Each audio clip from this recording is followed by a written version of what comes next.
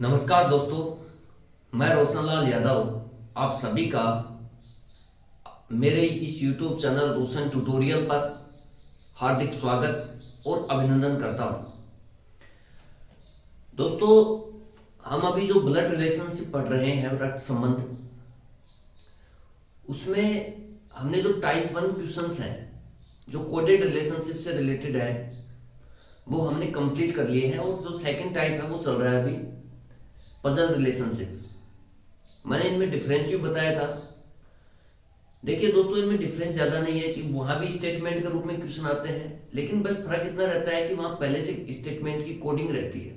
Coding के रूप में रिलेशन को तय करता है कि प्लस का मतलब फादर है, माइनस का मतलब मदर है, मल्टीप्लाई का मतलब फादर इन लॉ है, जो भी है, मतलब पहले से कोडिंग करके रखता है।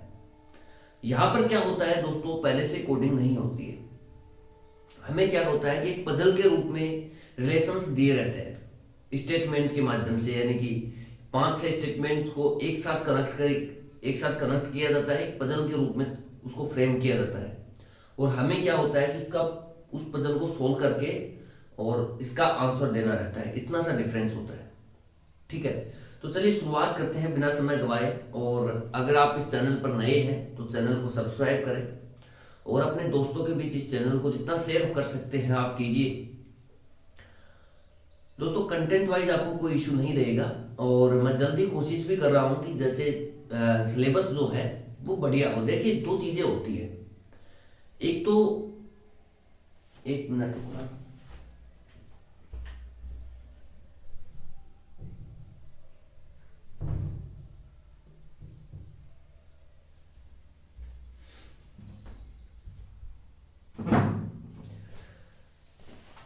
ठीक है, देखिए दोस्तों, दो चीजें होती हैं। एक तो ये होता है कि जल्दीबाजी में अगर कोई आपको सिलेबस कराया जाए तो उसका रिजल्ट ये आता है दोस्तों कि आपको गेन करने के लिए बहुत कम चीजें वहां से मिलती है।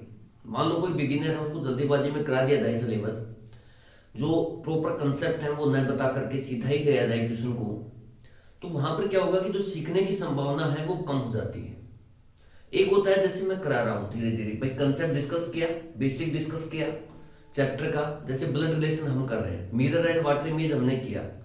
ठीक है, तो मिरर एंड वाटर इमेज में हमने बेसिक डिस्कस किया, उसके बाद हमने क्वेश्चनों के माध्यम से सारे जो कंसेप्ट थे वो डिस्कस किए, जितने भी कंसेप्ट बन सकते थे मिरर एंड वाटर इमेज में। ऐसे ही यहाँ पर हम कर रहे हैं। इसका जो बेसिक था वो हमने पार्ट 1 में डिस्कस कर लिया ब्लड रिलेशन का, और अभी जितनी संभावनाएं बन सकती हैं, जितनी लैंग्वेज बन सकती है, वो सारी डिस्कस कर रहे हैं क्वेश्चन के माध्यम से।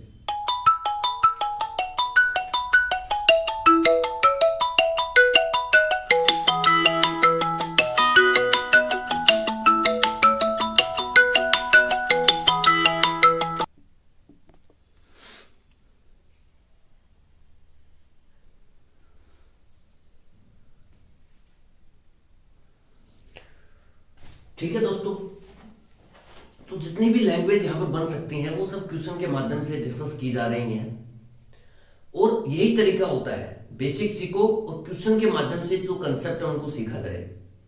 ठीक है, तो उसमें प्रैक्टिस भी हो जाती है और कंसेप्ट भी हमारे को अच्छे से पकड़ में आ जाते हैं। तो चलिए शुरुआत करते हैं बिना समय गवाए। आई थिंक 2 से 3 मिनट हो भी चुके होंगे, 4 मिनट हो गए। तो बस मैं यही कहूंगा दोस्तों कि जितना आप इस चैनल को शेयर कर सकते हैं कीजिए। बाकी कंटेंट वाइज आपको कोई इश्यू नहीं रहेगा, क्वेश्चन एक से एक बेहतरीन होंगे। क्वेश्चन देखते हैं। पहले इंग्लिश वाले देख लीजिए। A is son of E, B is father of D, A is married to F, F is daughter of B, how is D related to A. अब है ऑप्शंस हैं दोस्तों हमारे, maternal uncle, brother in law, father और none of these. इस तरीके से options हैं। जो एग्जैक्ट ऑप्शंस एग्जाम में हैं वो सब मैं आपसे ले रहा हूं, ऐसे ही उत्तर आते हैं। हिंदी वाले देखिए दोस्तों, देखिए अगर मैं लिखूंगा तो उसमें क्या होगा, ज्यादा टाइम कंज्यूम होगा। तो मैं ये चाहता हूं कि दोस्तों मैं समझाने पर चीजें ज्यादा फोकस करता हूं, ना कि लिखाने की बजाय। ठीक है, तो मैं ये कहता हूँ भाई आपको तो कंटेंट मिलना चाहिए, वो ऑडियो फॉर्म में बताओ चाहे यहाँ पर लिख के बताओ, बात एक ही है, आप खुद लिख लें। ठीक है, तो मैं ऑडियो फॉर्म में इसको बोल करके बता देता हूँ एक बार इसके पास जा करके। दोस्तों जैसे ए इज सन ऑफ ई है, इसका मतलब है ए ई का पुत्र है। B is father of D का मतलब होगा दोस्तों बी जो है वो डी का पिता है। ए एफ से विवाहित है, एफ बी की पुत्री है, तो डी ए से किस प्रकार संबंधित है, डी ए से किस प्रकार संबंधित है, या फिर इसको आप ऐसे भी लिख सकते हैं कि डी का ए से क्या संबंध है। और ऑप्शंस होंगे आपके मैटरनल अंकल मतलब मामा, ब्रदर इन लॉ मतलब साला, फादर मतलब पिता, नन ऑफ दीज यानी कोई नहीं। ठीक है, तो इस तरीके से ऑप्शंस हैं। इस तरीके से जो है क्वेश्चन वो मैंने आपको बोल के बताया, आप इसे दोस्तों लिख लें। हिंदी वाले हिंदी में लिखिए देखिए, और अंग्रेजी वाले अंग्रेजी में लिखिए।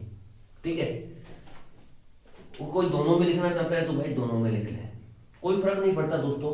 मैं खुद एक हिंदी मीडियम से हूँ, मैं बता रहा हूँ आपको, लेकिन मुझे इंग्लिश में थोड़ा ज़्यादा अच्छा लगता है तो मैं लिख देता हूँ। बाकी हिंदी भी मैं बोल के बताता हूँ, और मैं जो एक्सप्लेनेशन होता है दोस्तों वो सारा हिंदी में ही होता है अपना। ठीक है, पहली बात तो ये है दोस्तों, जैसे भाई अगर देखिए प्रीपोजिशन का कंसेप्ट मैं आपको बताता हूँ कि प्रीपोजिशन का मतलब क्या है। दोस्तों ये जो टू प्रीपोजिशन है ना, इससे पता लग रहा है कि जो एफ है वो फीमेल है और ए जो है ये क्या है, मेल है। ठीक है, यानी कि ये इसका हस्बैंड है ए, और एफ जो है ये इसकी पत्नी है, वाइफ है। कैसे दोस्तों, ये जो वर्ड है ना मैरिड, जब इंग्लिश पढ़ाएंगे आपको तो मैं चाह रहा हूँ कि दोस्तों एक एक करके सब्जेक्टों को कराया जाए। अभी हम रीजनिंग पे काम कर रहे हैं, रीजनिंग कंप्लीट होने के बाद मैथ की तरफ शिफ्ट होंगे, और मैथ होने के बाद हमें इंग्लिश कराएंगे। ठीक है, लेकिन बहुत ही अच्छे से कराएंगे, तसल्ली से। दोस्तों ये जो मैरिड वर्ड है, अगर ये विद के साथ आता है, अगर मान लो दोस्तों मैं एक बार बताता हूं आपको, मैरिड विद दो चीजें होती हैं, एक होता है मैरिड टू। ये जो मैरिड विद अगर आता है दोस्तों तो कंफर्म है कि यहां पर क्या आएगा, मेल आएगा। और अगर मैरिड टू आ रहा है दोस्तों तो यहां कंफर्म है इसके बाद क्या आएगा, फीमेल आता है। जैसे हम कहते हैं राम मैरिड टू सीता। देखिए एग्जाम्पल में अगर आपको बताऊं तो राम मैरिड टू सीता। अब इसका उल्टा देखते हैं, सीता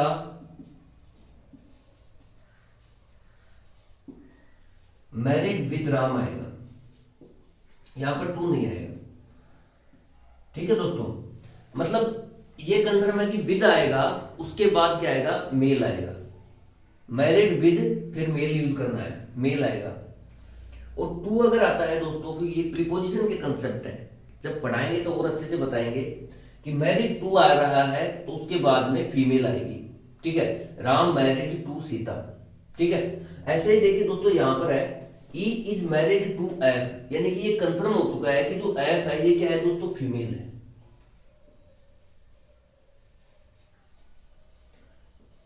ये देखिए आपको जब इंग्लिश में जैसे क्वेश्चन आते हैं, मेंस में भी आते हैं, आरएस में, और बाकी बहुत यूजफुल है इंग्लिश। सीपीओ में तो 250 नंबर की इंग्लिश आती है, सीजीएल में 250 नंबर का इंग्लिश आता है। ठीक है, तो बहुत ही यूजफुल है कंसेप्ट, और जब कराएंगे तो बहुत अच्छे से कराएंगे। अभी एक बार थोड़ा सा देख लेते हैं लगे हाथ बीच में, ये जो प्रीपोजिशन के कंसेप्ट है बस।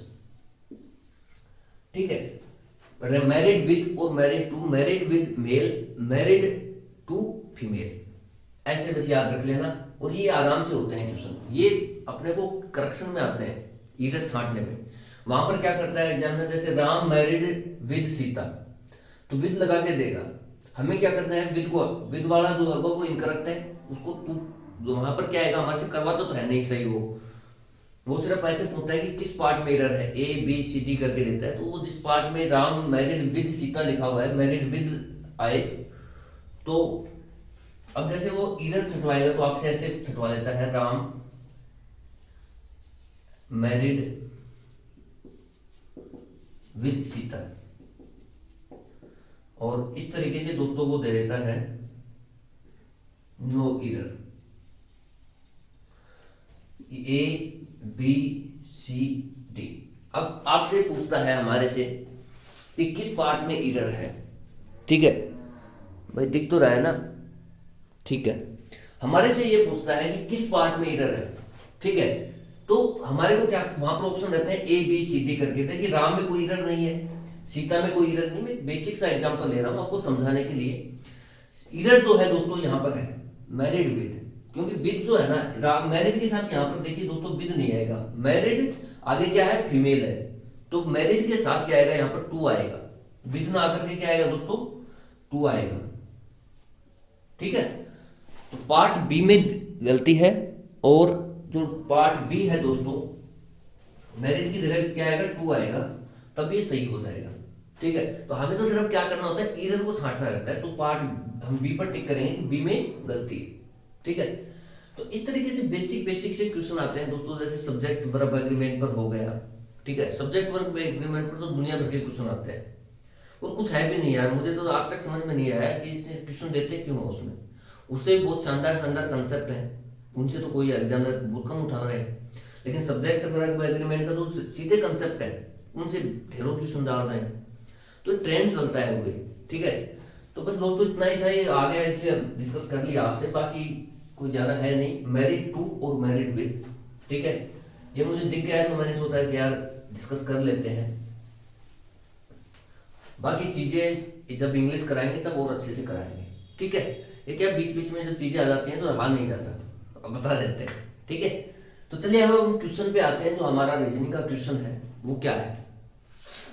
जैसे जैसे दोस्तों मैं एक ही बात कहता हूं कि जैसे जैसे स्टेटमेंट दिए गए हैं वैसे वैसे आपको क्वेश्चन को आगे बढ़ाना है, डायग्राम फ्रेम करना है। कैसे, ए इज सन ऑफ ई, कहने का मतलब दोस्तों कि जो ए है वो ई का क्या है, पुत्र है। तो दोस्तों हम सीधी सी बात है कि जैसे पुत्र के लिए हम क्या करते हैं, खड़ी वाली लाइन यूज करते हैं। ठीक है, हमारे माता पिता, एक बार फिर बताता हूं, जैसे मान लो हम यहाँ पर है, हमारे माता पिता या हमारे से बड़ों के लिए, जैसे चाचा चाची ताऊ ताई, ठीक है, फूफा मौसा मौसी बुआ मामी मामा, इन सब के लिए यानी कि एक पीढ़ी ऊपर उनके लिए हम ये खड़ी वाली लाइन यूज करते हैं और उनको यहां पर रखते हैं। हमारे भाई बहन या बराबर वालों के लिए हम ये लेटी हुई लाइन यूज करते हैं। यहां हमने खुद को रख लिया और यहां पर हमारे जो भी कजन आ गए वो सब आ गए। ठीक है, उसके बाद आता है दोस्तों डबल बॉन्ड का कंसेप्ट, जो सिर्फ पत्नी के केस में हम यूज करते हैं। प्लस साइन है वो मेल के लिए यूज करते हैं और माइनस साइन है वो फीमेल के लिए यूज किया जाता है। ठीक है, ये कुछ कंसेप्ट है जो बेसिक है। तो इसमें आप क्वेश्चन को देखते हैं। ठीक है भाई, अब है ए इज सन ऑफ ई। देखिए दोस्तों सन है यानी कि ए ई का पुत्र है, तो हम लिखेंगे इसको। देखिए दोस्तों ए क्या है, पुत्र है। पुत्र है, जितने भी पुत्र होते हैं दोस्तों सन होते हैं वो सब मेल होते हैं, और मेल के लिए हम क्या करते हैं, पॉजिटिव साइन का यूज करते हैं। और ए किसका पुत्र है दोस्तों, ई का। तो हम कैसे डायग्राम को फ्लो करेंगे, ऐसे भाई ई का पुत्र है ई ए। उसके बाद दोस्तों अब यहां पर देखिए दोस्तों ई का जेंडर क्लियर नहीं है कि ए इसकी माता है या पिता है, तो हम एक बार के लिए छोड़ देते हैं। ठीक है, B is daughter of D. ठीक है, B is daughter of D यानी कि जो B is father of D. B जो है ये पिता है किसका, डी का। अब देखिए कहीं भी कोई लिंक आ रहा है इसका बी का डी के साथ, नहीं आ रहा। तो एक बार इस स्टेटमेंट को आप स्किप कीजिए या आप साइड में लिख लीजिए कि जो है दोस्तों बी है वो फादर है किसका, डी का। बस एक बार साइड में लिख लीजिए। हमें जो डायग्राम फ्रेम करना हमारा अल्टीमेट एम होना चाहिए। ठीक है, या फिर आप इसको ऐसे होल्ड भी रख सकते हैं या फिर आप इसको साइड में भी रख सकते हैं लिख करके। ए इज मैरिड टू एफ। ए जो है वो मैरिड टू है किसके साथ, एफ के साथ, यानी कि विवाहित है एफ के साथ। एफ के साथ दोस्तों जैसे अब वो कंसेप्ट निकल के आ रहा है, मैरिड टू यानी कि जो एफ है इसके बाद टू के बाद जो भी आएगा वो क्या होगा, फीमेल होगा। ठीक है, तो ये फीमेल है यानी कि ये इसकी पत्नी है, और पत्नी के केस में हम क्या करते हैं दोस्तों, डबल बॉन्ड का यूज करते हैं। ए एफ से विवाहित है, वो ऐसे नहीं दे रहा है इस बार, लैंग्वेज देखना, वो डायरेक्ट पहले तो क्या देता था, डायरेक्ट देता था कि ए एफ की पत्नी है, तो आप कर लेते थे। लेकिन यहां पर देखिए दोस्तों, वो क्वेश्चन के अंदर भी क्वेश्चन डाल दिया कि जो ए है वो एफ से विवाहित है, इतना बोला है उसने कि ए एफ से विवाहित है। अब ये ना तो ये कहा कि ए मेल है या फीमेल है, ना ये बता रहा है कि एफ जो है वो मेल है कि फीमेल है। वो सब चीजें यहां से क्लियर हो रही हैं कि मैरिड टू आ रहा है तो कंफर्म है कि जो एफ है उनके बाद जो भी आएगा वो फीमेल होगी। ठीक है, तो वो हमें चीजें आनी चाहिए, और नहीं तो वो खुद भी क्लियर करता है, आगे स्टेटमेंट के माध्यम से करता ही है। ठीक है, मैं तो बता रहा हूँ आपको एक जनरल वे में कि मुझसे विवाहित है, विवाहित हो गया। उसके बाद जो एफ है, F is daughter of B. दोस्तों एफ है, ये पुत्री है, देखना पुत्री है तो क्या होगी दोस्तों, जितनी भी पुत्रियां हैं, जितने भी डॉटर हैं, वो सब फीमेल होती हैं, और फीमेल के लिए हम नेगेटिव साइन का यूज करते हैं। ठीक है, तो चलिए नेगेटिव साइन का हमने यूज कर लिया, F is daughter of B. अब देखिए दोस्तों, इसका जेंडर अभी भी क्लियर नहीं हो पाया कि ये इसका पिता है या इसकी माता है, तो इसको छोड़ देते हैं। उसके बाद है how is D related to A. अब भाई डी तो कहीं आया ही नहीं, क्या करें, तो डी के लिए दोस्तों इसने जो सेकंड स्टेटमेंट था हमारा, यहां पर डी को इसने डाल दिया था, जैसे ये था। अब देखिए दोस्तों, इसका डॉटर है, sorry, B is father of D है। ठीक है, बी क्या है दोस्तों, पिता है, तो पिता के लिए हम पॉजिटिव साइन यूज करेंगे। ठीक है, जितने भी पिता होते हैं वो सब मेल हैं, और मेल के लिए हम पॉजिटिव साइन का यूज करते हैं। ठीक है, उसके बाद देखिए दोस्तों, ये इसका क्या है, D is father of D, B is father of D, तो ये आ गया। ठीक है भाई, B is father of D. ठीक है, ये हमने बना लिया है, ये तो हमने साइड में रखा था, ये बना है हमारा क्या, डायग्राम। हम देखिए दोस्तों, इसका डॉटर है, बी की जो डॉटर है या सन है जो भी है, एक पीढ़ी नीचे है, और एक पीढ़ी नीचे में ये लोग भी तो एक पीढ़ी नीचे हैं, ए भी है, एफ भी है, तो इसके पैरेलल में ही जैसे हम क्या रखेंगे, इसके समानांतर हमें डी को रखना पड़ेगा, क्योंकि ये लोग सेम पीढ़ी में, ये लोग सेम पीढ़ी में है, समझ रहे। अब ये जो क्वेश्चन पूछा जा रहा है वो है कि how is D related to A. D का ए से क्या संबंध है, या फिर डी ए से किस प्रकार संबंधित है। तो दोस्तों आपको पता ही है, डी कहां है, डी यहां है। ठीक है, और ए कहां है, ए यहां है। How is D related to A, D का ए से क्या संबंध है, यानी कि जो डी है वो ए का क्या लगेगा, देख लेते हैं क्या लगेगा। अब आप ये देखिए दोस्तों, जैसे मालूम है यहां पर खुद हूं भाई, संबंध बताना है डी का। दो चीजें होती हैं देखिए दोस्तों ब्लड रिलेशन में, मैंने पिछले वीडियो में शायद डिस्कस किया था कि जब भी संबंध बताना हो तो आप दो चीजें देखिए कि संबंध किसका बताया जा रहा है, डी का बताया जा रहा है, इसमें किसके बेस पर बताया जा रहा है, या किसके रेस्पेक्ट में संबंध बताया जा रहा है, एक के संबंध में, किसके रेस्पेक्ट में, एक के रेस्पेक्ट में संबंध को बताया जा रहा है। तो बहुत आसान है चीजें, दो ही चीजें हैं, किसका संबंध किसका बताया जा रहा है और किसके संबंध में बताया जा रहा है। भाई डी का इसके साथ भी संबंध है, डी का एफ के साथ भी संबंध है, डी का इसके साथ भी, ई के साथ भी संबंध होगा, डी का ए के साथ भी संबंध होगा। तो दो बातें आप क्लियर रखना कि संबंध किसका बताया जा रहा है, जैसे यहां पर बात करें तो डी का, और किसके रेस्पेक्ट में बताया जा रहा है, ए के रेस्पेक्ट में बताया जा रहा है। आराम से आंसर आता है। अब यहां पर देख लिए, मान लो मैं खुद हूं यहां पर,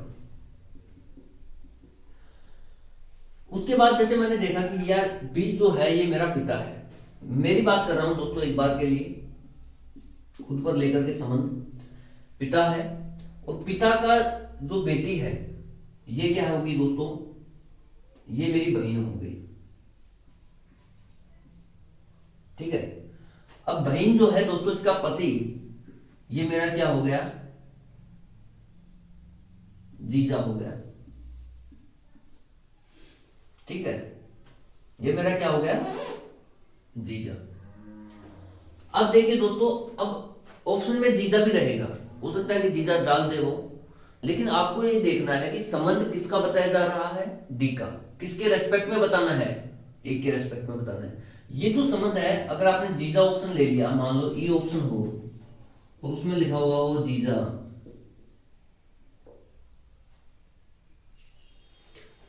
ठीक है, तो वो जो संबंध होगा ना, कई लोग क्या करेंगे, जीजा पे टिक कर देंगे और क्वेश्चन को गलत कर देंगे। क्यों क्वेश्चन गलत हो जाएगा दोस्तों?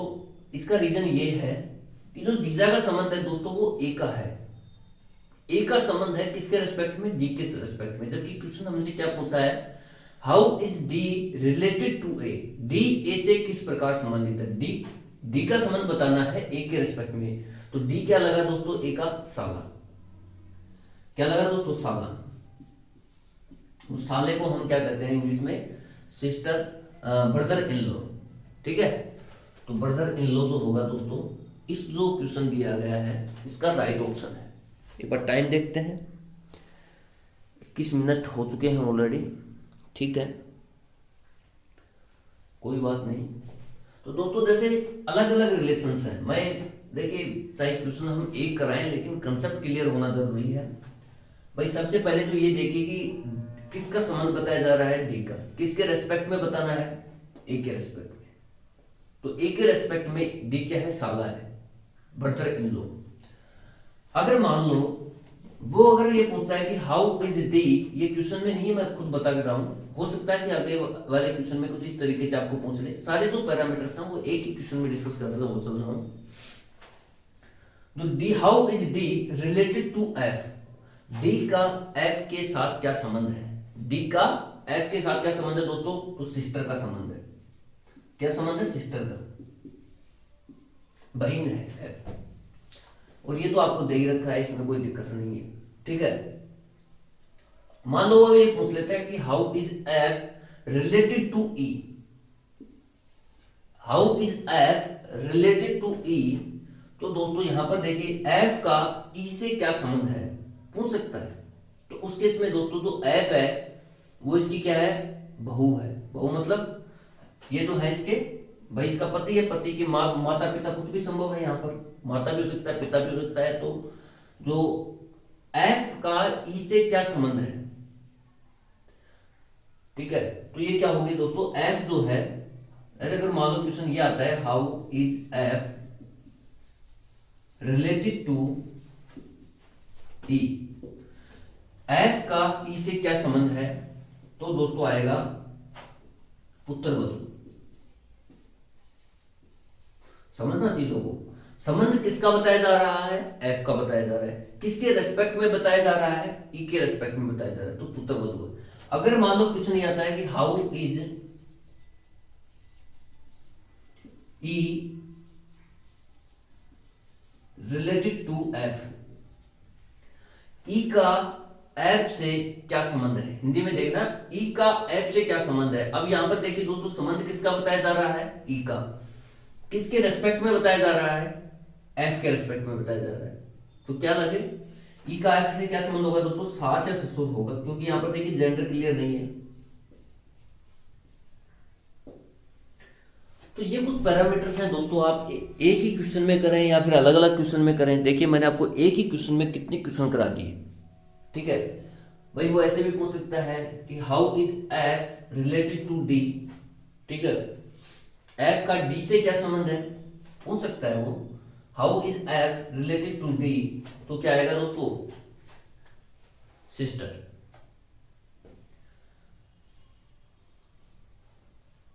ठीक है,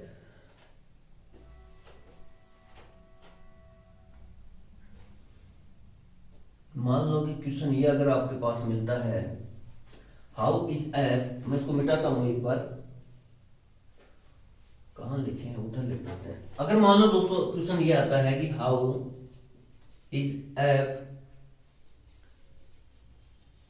रिलेटेड टू डी, एफ का डी से क्या संबंध है? तो दोस्तों क्या है, एफ का संबंध बताना है किसके रेस्पेक्ट में? डी के रेस्पेक्ट में। तो क्या लगे दोस्तों, एफ जो है वो सिस्टर है किसकी? डी की। अब इसका देखिए, ऐसे देखिए how is D related to F.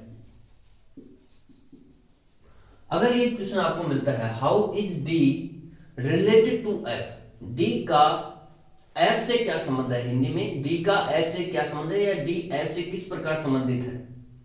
तो दोस्तों इसका साफ साफ मतलब है कि संबंध किसका बताया जा रहा है, इस बार डी का किसके रेस्पेक्ट में बताया जा रहा है, एफ के रेस्पेक्ट में बताया जा रहा है। ठीक है, तो देखिए दोस्तों डी का संबंध बताया जा रहा है। डी का यहां पर देखिए जेंडर क्लियर नहीं करके दिया उसने, डी का जेंडर क्लियर नहीं करके दिया कि यहां पर पॉजिटिव भी हो सकता है, नेगेटिव भी हो सकता है। तो देखिए दोस्तों जो डी है, अभी मैंने सिस्टर बताया था, वो सिस्टर अकेला गलत था, सिस्टर के साथ इसमें ब्रदर भी हो सकता है। तो देखिए दोस्तों डी का जेंडर क्लियर नहीं है, तो हम दोनों ही केस लेके चलते हैं। ब्रदर भाई पॉजिटिव साइन भी और नेगेटिव साइन भी, यानी उसकी सिस्टर भी हो सकती है, उसकी ब्रदर भी हो सकता है उसका। ठीक है, तो डी एफ से किस प्रकार संबंधित है, डी इसका ब्रदर भी हो सकता है या फिर सिस्टर भी हो सकती है। जो डी है दोस्तों वो इसका ब्रदर भी हो सकता है और सिस्टर भी हो सकती है।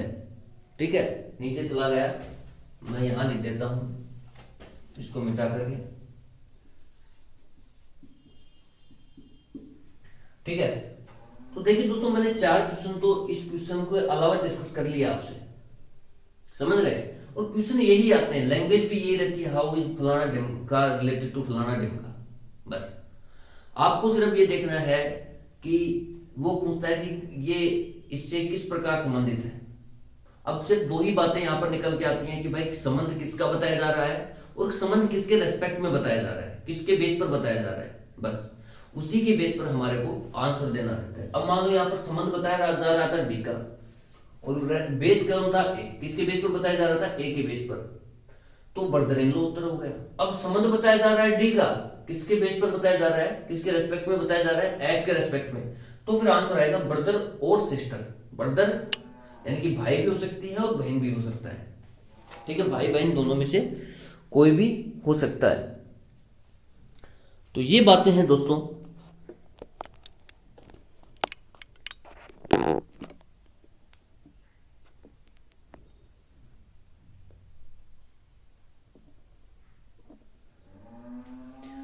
तो आप सिर्फ ये मत देखिए कि सिर्फ एक क्वेश्चन हुआ है आज देखिए, अगर मैं चाहता तो इसको 5 क्वेश्चन बना करके करा सकता था, 5 से क्वेश्चन आराम से। लेकिन मैं चाहता हूं कि जो चीजें हम इसी लैंग्वेज में बता सकते हैं वो क्यों ना डिस्कस की जाए उसी क्वेश्चन में।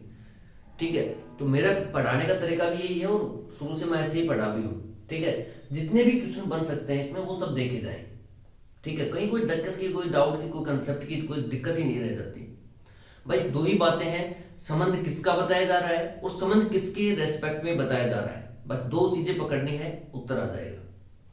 संबंध बताया जा रहा है डी का, ए के रेस्पेक्ट में बताया जा रहा है तो ब्रदर इन लो। संबंध बताया जा रहा है डी का, एफ के रेस्पेक्ट में बताया जा रहा है तो ब्रदर और सिस्टर, यानी कि भाई या बहन। ठीक है, क्योंकि यह जेंडर क्लियर नहीं है दोस्तों। बस इतना ही कहेंगे। और बस एक बार दोस्तों आपसे रिक्वेस्ट है, जितना आप लोग इस चैनल को शेयर कर सकते हैं, अपने दोस्तों के बीच ले जा सकते हैं, आप इसे लेकर के जाइए। कंसेप्ट वाइज आपको कोई दिक्कत नहीं रहेगी, ना ही क्वेश्चन वाइज रहेगी। क्वेश्चन इतने करा दिए जाएंगे दोस्तों कि आप खुद थक जाओगे करते करते, जैसे मैंने कराए भी है यार। अभी जैसे मिरर एंड वाटर इमेज कराया था पिछला चैप्टर, तो बहुत क्वेश्चन कराए थे मैंने। इतने क्वेश्चन कोई कराता भी नहीं है क्लास में। ठीक है, और भी करा देंगे। जैसे मान लो एक बार ये सिलेबस हो जाए, मेरा टारगेट ये है कि सिलेबस जल्दी से जल्दी कराया जाए एग्जाम से पहले। ठीक है, क्योंकि चीजें बहुत है करने को। इसके बाद हम मैथ करेंगे, अभी तो रीजनिंग बहुत पड़ा है, फिर मैथ है, फिर उसके बाद इंग्लिश भी करेंगे। तो एक बार चीजों को समराइज किया जाए, और मैं जितना करा रहा हूँ दोस्तों वो बहुत है, मोर देन सफिशियंट है। आप कहीं भी कोचिंग कर लेना 20-30-40 हजार रुपये दे करके। ठीक है, एसएससी का जो भी करें आप, आरएस का, आपको इस तरीके से समझा के कोई नहीं पढ़ाएगा।